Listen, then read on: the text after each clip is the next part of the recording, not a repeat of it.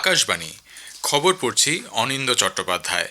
এখনকার বিশেষ খবর হলো, প্রধানমন্ত্রী নরেন্দ্র মোদী আজ প্রাক্তন প্রধানমন্ত্রী ভারতরত্ন অটল বিহারী বাজপেয়ীর 101তম জন্মবার্ষিকী উপলক্ষে বেশ কিছু কর্মসূচি নিয়ে লখনৌ যাচ্ছেন। প্রাক্তন উপরাষ্ট্রপতি এম ভেঙ্কাইয়া নাইডু নতুন দিল্লিতে অটল স্মৃতি ন্যাস সোসাইটির সভাপতি নির্বাচিত হয়েছেন। কেন্দ্রীয় মন্ত্রিসভা দিল্লি মেট্রোর সম্প্রসারণের অঙ্গ হিসেবে 3টি নতুন করিডোর স্থাপনের বিষয়টি অনুমোদন করেছে। কেন্দ্রীয় কৃষিমন্ত্রী শিবরাজ সিং চৌহান বলেছেন, বিকশিত ভারত জি রামজি প্রকল্পে কেন্দ্র প্রায় 95,000 কোটি টাকা বরাদ্দ করেছে। যিশু খ্রিস্টের জন্মদিনটি আজ বিশ্বজুড়ে বড়দিন হিসেবে উদযাপিত হচ্ছে। ভারতীয় পুরুষ হকি দলের vice captain Hardik Singh Major Dhyan Chand Khel Ratna সম্মানের জন্য মনোনীত হয়েছেন। আসছি বিস্তারিত খবরে।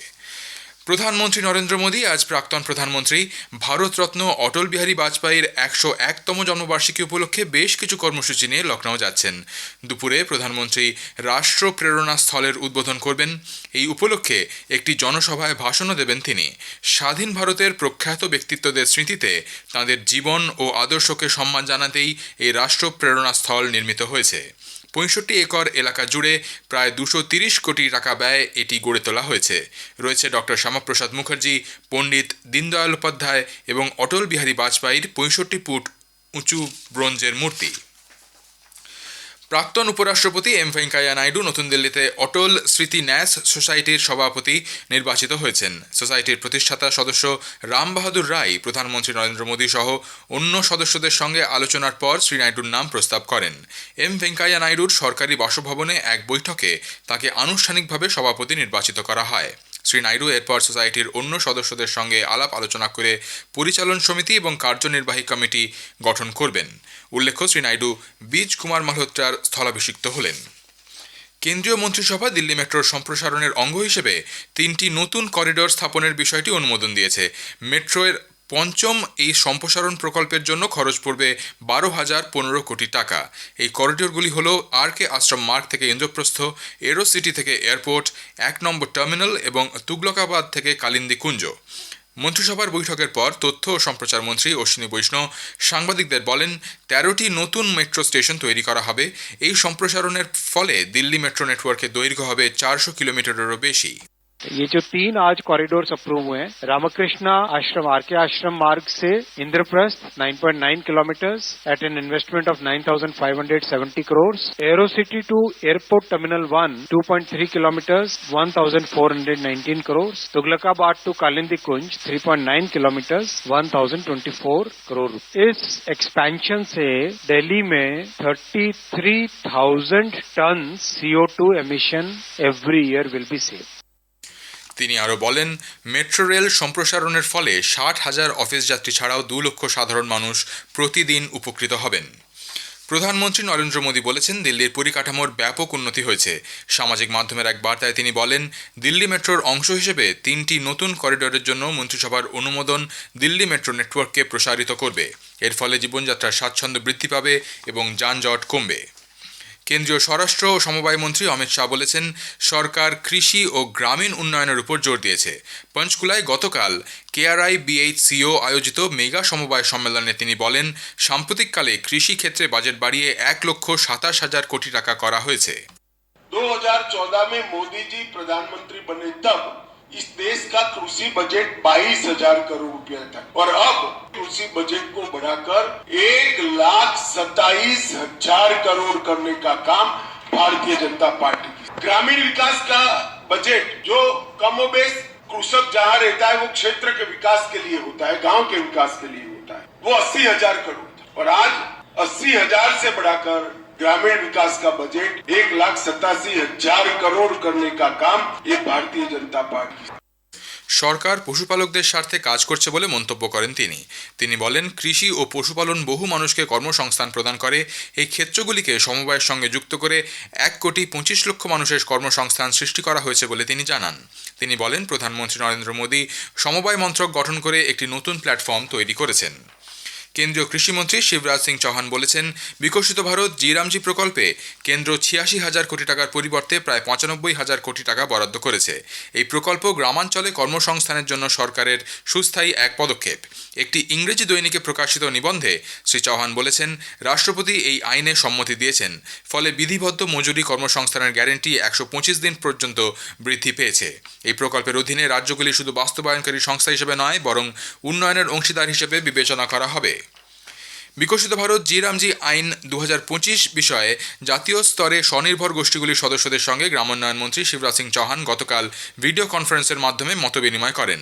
এই মতবিনিময় অনুষ্ঠানে দেশের ২,৫৫,০০০-এরও বেশি গ্রাম থেকে ৩৫,২৯,০০০-এর বেশি সদস্য যোগদান করেন।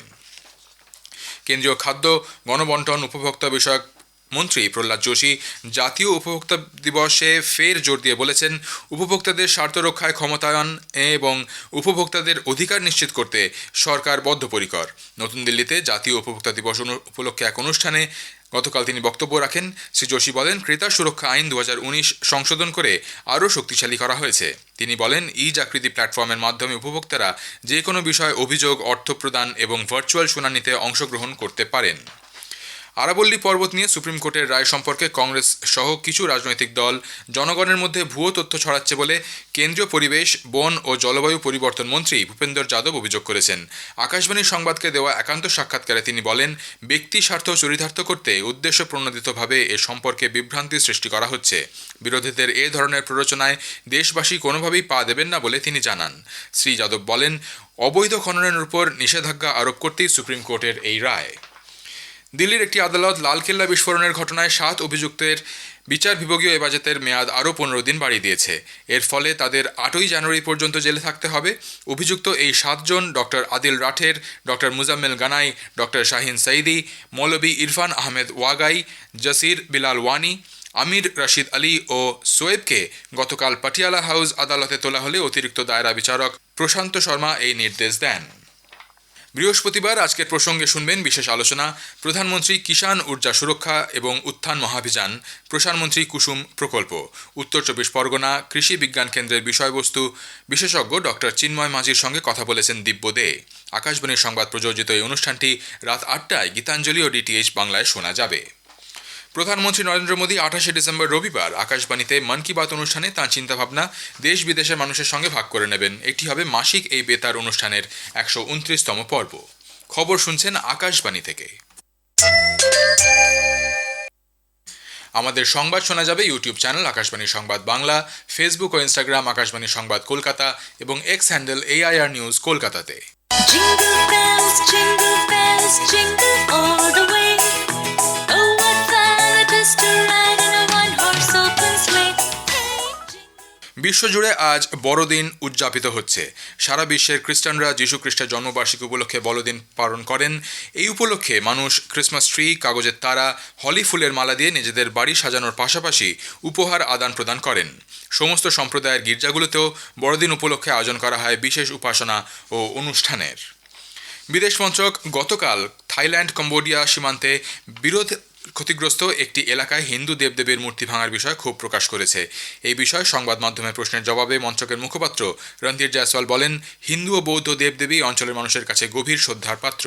তিনি দুই পক্ষকে শান্তি পুনঃপ্রতিষ্ঠা করার আহ্বান জানান। বাংলাদেশ ন্যাশনালিস্ট পার্টি BNP কার্যকর চেয়ারম্যান তারিক রহমান ১৭ বছর পর আজ দেশে ফিরতে চলেছেন। বিমান বাংলাদেশ এয়ারলাইন্সের একটি উড়ানে লন্ডনের হিথ্রো বিমানবন্দর থেকে তিনি রওনা দেন। সঙ্গে রয়েছে স্ত্রী জুবেইদা রহমান এবং কন্যা জাইমা।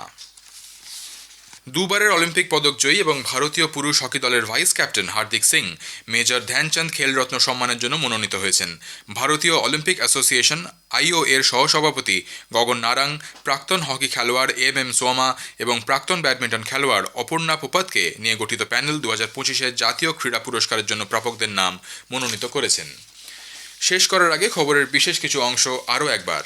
প্রধানমন্ত্রী নরেন্দ্র মোদী আজ প্রাক্তন প্রধানমন্ত্রী ভারতরত্ন অটল বিহারী বাজপেয়ীর ১০১তম জন্মবার্ষিকী উপলক্ষে বেশ কিছু কর্মসূচি নিয়ে লখনৌ যাচ্ছেন। প্রাক্তন উপরাষ্ট্রপতি M ভেঙ্কাইয়া নাইডু নতুন দিল্লিতে অটল স্মৃতি ন্যাস সোসাইটির সভাপতি নির্বাচিত হয়েছেন। কেন্দ্রীয় মন্ত্রিসভা দিল্লি মেট্রোর সম্প্রসারণের অঙ্গ হিসেবে 3টি নতুন করিডোর স্থাপনের বিষয়টি অনুমোদন করেছে। খবর শেষ হলো। এরপর খবর শুনবেন সকাল 7:25 মিনিটে।